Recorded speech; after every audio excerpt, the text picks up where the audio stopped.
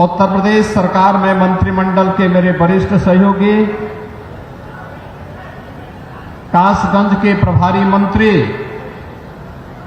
चौधरी लक्ष्मी नारायण जी,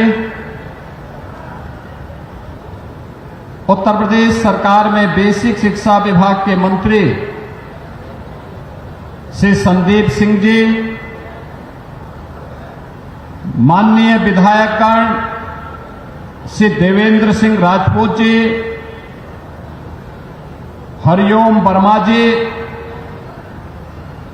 विधान परिषद सदस्य श्री रजनीकांत माहेश्वरी जी, मानवेंद्र सिंह जी, जिला पंचायत अध्यक्ष श्रीमती रत्नेश कश्यप जी, पूर्व सांसद श्री राजवीर सिंह राजू भैया,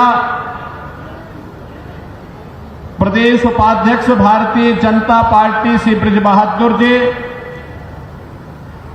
प्रदेश मंत्री श्रीमती पूनम बजाज जी, जिलाध्यक्ष नीरज शर्मा जी, कासगंज की नगरपालिका परिषद के अध्यक्ष श्रीमती मीना माहेश्वरी जी, अध्यक्ष नगरपालिका परिषद सोरो श्री रामेश्वर दयाल मोहरे जी, आज के इस कार्यक्रम में उपस्थित भारतीय जनता पार्टी के सभी पदाधिकारीगण, उत्तर प्रदेश के पुलिस महानिदेशक श्री प्रशांत कुमार जी, प्रमुख सचिव गृह श्री संजय प्रसाद जी, प्रशासन और पुलिस के हमारे सभी वरिष्ठ अधिकारीगण, कासगंज से जुड़े हुए मेरे सभी उपस्थित बहनों और भाइयों, आज ये मेरा सौभाग्य है कि श्री हरि विष्णु के 12 अवतार की इस पावन धरा को नमन करने, भारत के ज्ञान की परंपरा को सांख्य दर्शन के रूप में आम जनमानस को एक नई प्रेरणा और प्रकाश प्रदान करने वाले महर्षि कपिल की इस पावन धारा को मुझे नमन करने का सौभाग्य प्राप्त हो रहा है। इस अवसर पर कासगंज वासियों को 724 करोड़ रुपए की परियोजनाओं की सौगात भी मिल रही है।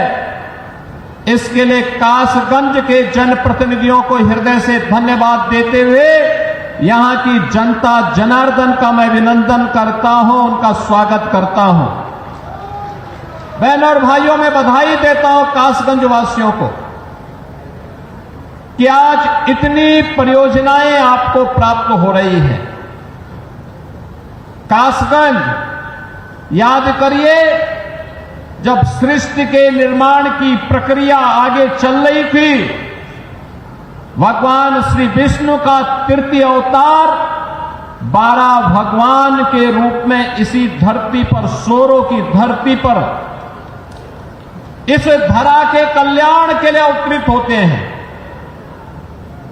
सोरो की इस पावन धरा को, जो कासगंज जनपद की पावन धरा है, इसको नमन करता हूं। और ये हमारा सौभाग्य है कि सोरो के इस आध्यात्मिक महत्व को हमारी डबल इंजन की सरकार ने समझा है। प्रधानमंत्री मोदी जी के विरासत और विकास के इस कार्यक्रम को हम लोगों ने समझा ही है, बल्कि उसको प्रभावी ढंग से क्रियान्वयन कैसे होना चाहिए, आज सोरो के अंदर चल रही विकास की परियोजनाएं, कासगंज के अंदर चलने वाली विकास की परियोजनाएं उसका उदाहरण है। और उन्हीं के लोकार्पण और शिलान्यास के लिए आज मुझे आपके इस जनपद में आने का सौभाग्य प्राप्त हुआ है। इन सभी परियोजनाओं के लिए मैं कासगंज वासियों को हृदय से बधाई देता हूं, अपनी शुभकामनाएं भी देता हूं। बहनों और भाइयों, यूनिफॉर्म की क्या कीमत होती है और उसका क्या महत्व होता है। आपने अभी ऑपरेशन सिंदूर के माध्यम से पाकिस्तान की कमर को तोड़ने वाले भारत माता के बहादुर जवानों के शौर्य के माध्यम से देखा होगा।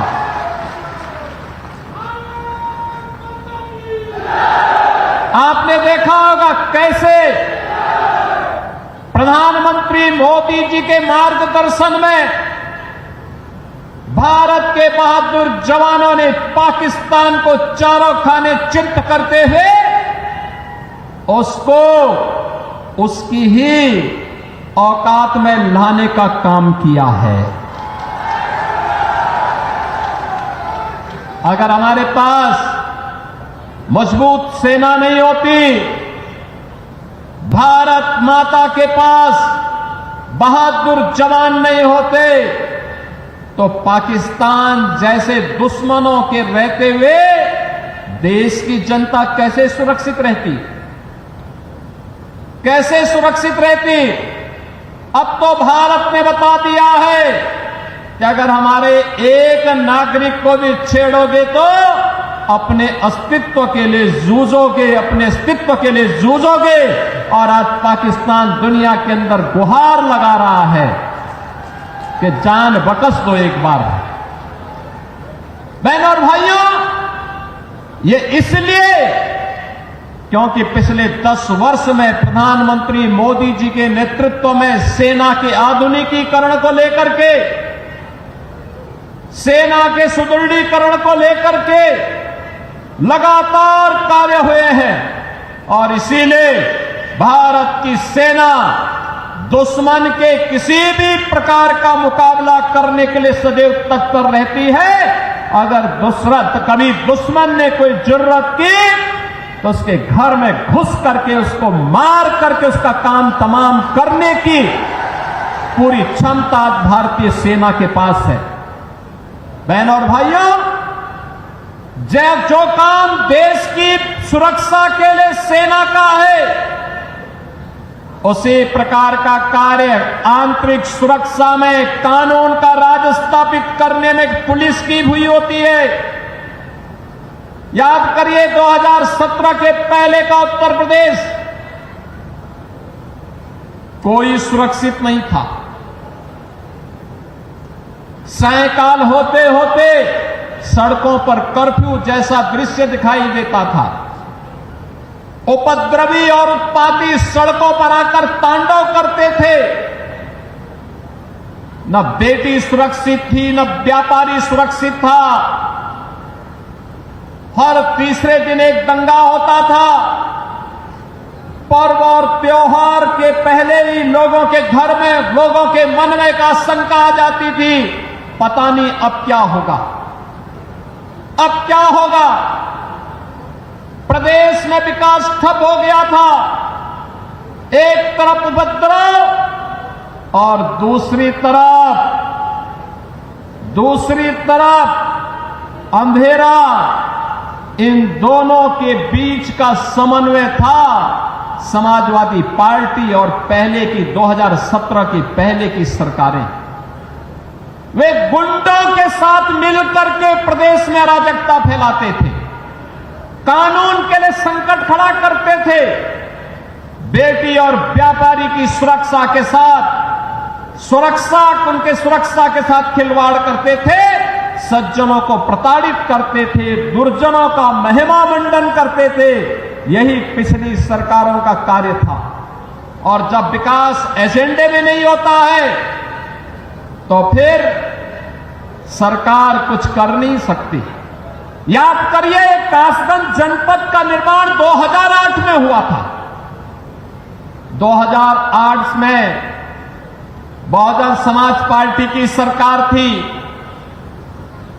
उसके बाद 5 वर्ष समाजवादी पार्टी की सरकार रही।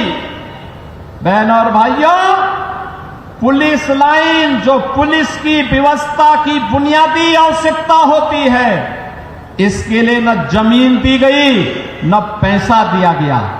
और केवल कासगंज नहीं,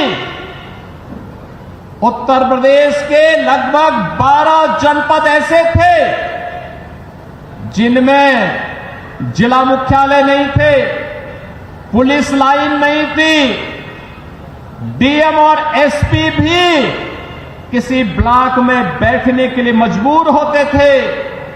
बुनियादी सुविधाओं के अभाव में कैसे 25 करोड़ जनता की कोई सुरक्षा करता। लेकिन आज उत्तर प्रदेश पुलिस देश के अंदर एक मॉडल के रूप में देखी जा रही है, एक मॉडल के रूप में आधुनिक सुविधाओं से युक्त, हर प्रकार के संसाधनों से युक्त। और माफिया का तो काल ही बन गई है पुलिस। अब माफिया पैरेलल एक समानांतर सरकार नहीं चला सकता, किसी गरीब की प्रॉपर्टी पर कब्जा नहीं कर सकता, सज्जन शक्ति को प्रताड़ित नहीं कर सकता, बेटी और व्यापारी की सुरक्षा पे सेंध नहीं लगा सकता है।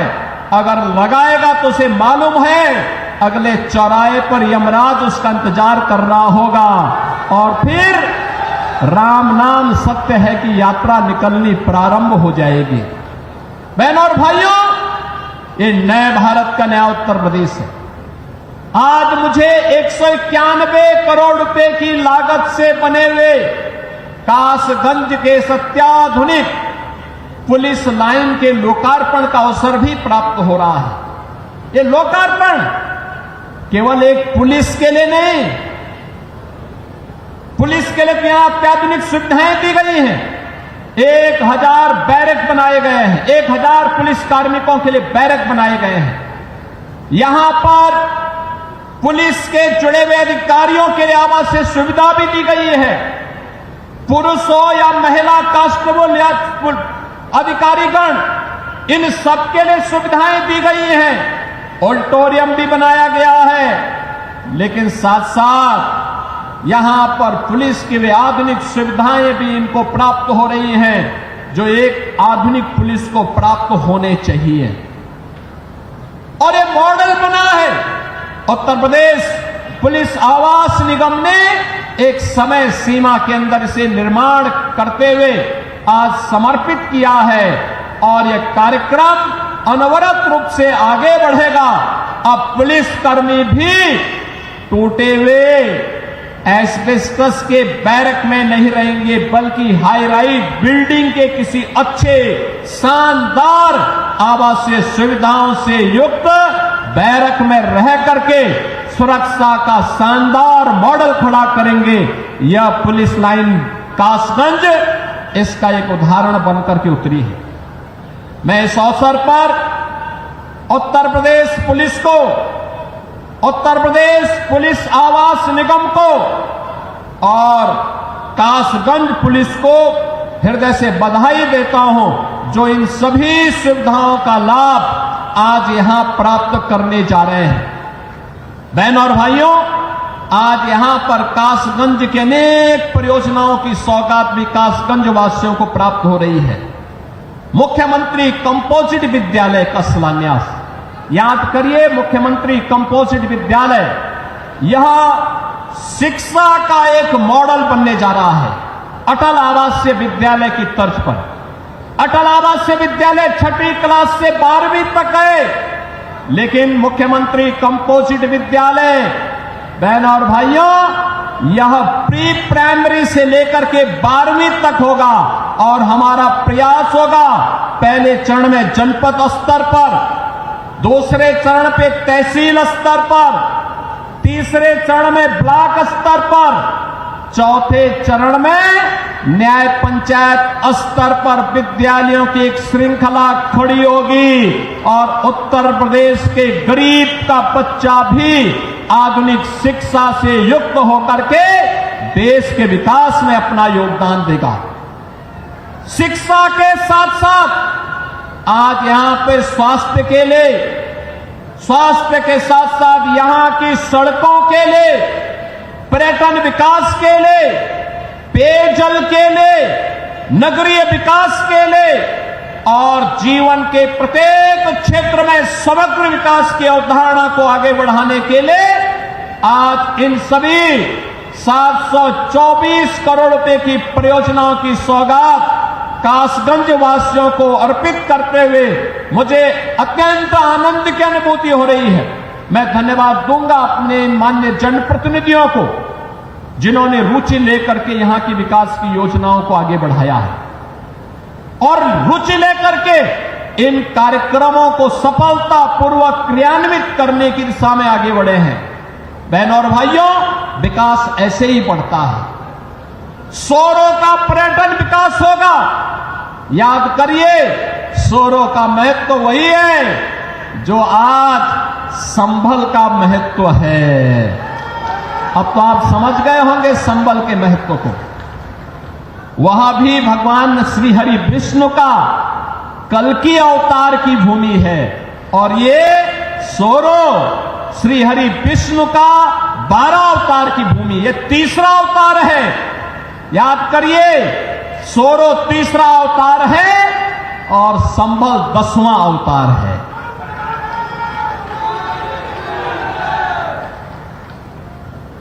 श्री हरि विष्णु का ही अवतार भगवान श्री कृष्ण भी हुए और श्री हरि विष्णु का ही अवतार मर्यादा पुरुषोत्तम भगवान श्री राम भी हुए। ये सभी श्री हरि विष्णु के जिन्होंने इस सृष्टि के कल्याण के लिए समय समय पर अवतार लेकर के मानवता के कल्याण का मार्ग प्रशस्त करते हुए धर्म की संस्थापना के लिए इस धराधाम पर आए हैं। पर्यटन विकास के माध्यम से जैसे आज अयोध्या का विकास हुआ है, जैसे आज मथुरा वृंदावन के समग्र विकास की एक बड़ी कार्य योजना को लेकर के हम आगे बढ़े हैं, ऐसे ही सोरो के विकास के कार्यक्रम को लेकर के भी हम आगे बढ़ेंगे। इसके माध्यम से कासगंज का विकास होगा। जैसे प्रयागराज महाकुंभ में करोड़ों की संख्या में श्रद्धालु जन आकर के वहां पे आस्था के व्यक्ति को भी प्रदर्शित किए, लेकिन आस्था को आर्थिकी के साथ जोड़ा जा सके, इसका उदाहरण प्रयागराज ने दिया है। ऐसे ही आपका सोरो भी देगा। और इसलिए बहनों और भाइयों, विकास की इन सभी परियोजनाओं के लिए आगे बढ़ते हुए कासगंज वासियों को इस बात के लिए आश्वासन देते हुए आज मुझे यहां बताते हुए प्रसन्नता है, यहां पे कुछ प्रस्ताव हमारे जनप्रतिनिधियों ने हमें दिए हैं। इसमें ये प्रस्ताव मुख्य रूप से एक कासगंज का है, नदई पुल का सुंदरीकरण और उसके पुनरुद्धार की योजना का है। कासगंज की पौराणिक परंपरा को एक म्यूजियम के रूप में सजोने का है और म्यूजियम के रूप में सजोने की इन परियोजनाओं के लिए हम अपनी सहमति दे रहे हैं। कासगंज वासियों में अपनी पौराणिक परंपरा के बारे में इस बात की जानकारी हो सके। नगर पंचायत सोहावर ये अमापुर का है, यहां पर बाईपास के निर्माण का कार्य होगा और साथ साथ दरियागंज में झील के सुंदरीकरण के प्रस्ताव को भी हम आमंत्रित कर रहे हैं। ये सभी प्रस्ताव आते हैं तो कासगंज जनपद को समग्र विकास की दिशा में आगे बढ़ाने में मदद मिलेगी। एक बार फिर से कासगंज की इस नवीन पुलिस लाइन के उद्घाटन कार्यक्रम, कासगंज की 724 करोड़ रुपए की परियोजनाओं के लिए मैं सभी जनप्रतिनिधियों को हृदय से बधाई देता हूं। कासगंज वासियों को मैं हृदय से अभिनंदन करते हुए मैं विश्वास करता हूं कि सुरक्षा और विकास का, सुरक्षा और सुशासन का, विरासत और विकास का जो डबल इंजन सरकार का समन्वय है, इस समन्वय को आगे बढ़ाने के लिए आप सदैव तत्पर होकर के कार्य करेंगे। आप सबके प्रति मेरी मंगल में शुभकामनाएं हैं। धन्यवाद। जय हिंद। बहुत बहुत धन्यवाद। आपने प्रेरणादायक संबोधन से हम सभी को अन्वित करा थे। परमादरणीय श्रद्धेय यशस्वी माननीय मुख्यमंत्री जी, एक बार जोरदार तालियों के साथ अभिनंदन वंदन स्वागत। जोरदार तालियां। भारत माता की, भारत माता की। और इसी के साथ एक बार पुनः जनपदवासियों की तरफ से परमादरणीय श्रद्धेय यशस्वी माननीय मुख्यमंत्री जी का दिल की गहराई सिंदूर कामयाब रहा। एक बार फिर ऑपरेशन सिंदूर का जिक्र किया सीएम योगी आदित्यनाथ ने और इस बात का जिक्र किया कि कैसे भारत ने पाकिस्तान में घुसकर जवाब दिया है।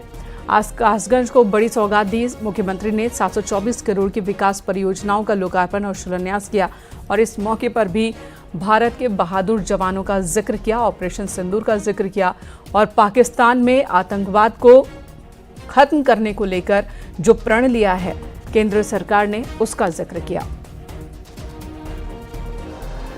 यूनिफॉर्म की क्या कीमत होती है और उसका क्या महत्व होता है, आपने अभी ऑपरेशन सिंदूर के माध्यम से पाकिस्तान की कमर को तोड़ने वाले भारत माता के बहादुर जवानों के शौर्य के माध्यम से देखा होगा।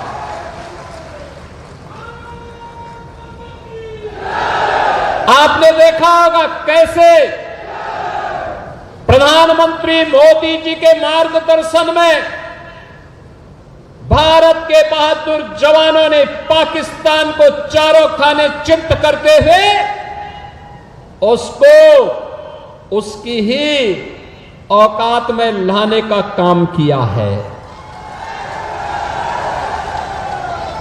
अगर हमारे पास मजबूत सेना नहीं होती, भारत माता के पास बहादुर जवान नहीं होते, तो पाकिस्तान जैसे दुश्मनों के रहते हुए देश की जनता कैसे सुरक्षित रहती, कैसे सुरक्षित रहती। अब तो भारत ने बता दिया है कि अगर हमारे एक नागरिक को भी छेड़ोगे तो अपने अस्तित्व के लिए जूझोगे, अपने अस्तित्व के लिए जूझोगे। और आज पाकिस्तान दुनिया के अंदर गुहार लगा रहा है कि जान बख्श दो एक बार। बहनों और भाइयों, ये इसलिए क्योंकि पिछले 10 वर्ष में प्रधानमंत्री मोदी जी के नेतृत्व में सेना के आधुनिकीकरण को लेकर के, सेना के सुदृढ़ीकरण को लेकर के लगातार कार्य हुए हैं और इसीलिए भारत की सेना दुश्मन के किसी भी प्रकार का मुकाबला करने के लिए सदैव तत्पर रहती है। अगर कभी दुश्मन ने कोई जरूरत की तो उसके घर में घुस करके उसको मार करके उसका काम तमाम करने की पूरी क्षमता भारतीय सेना के पास है।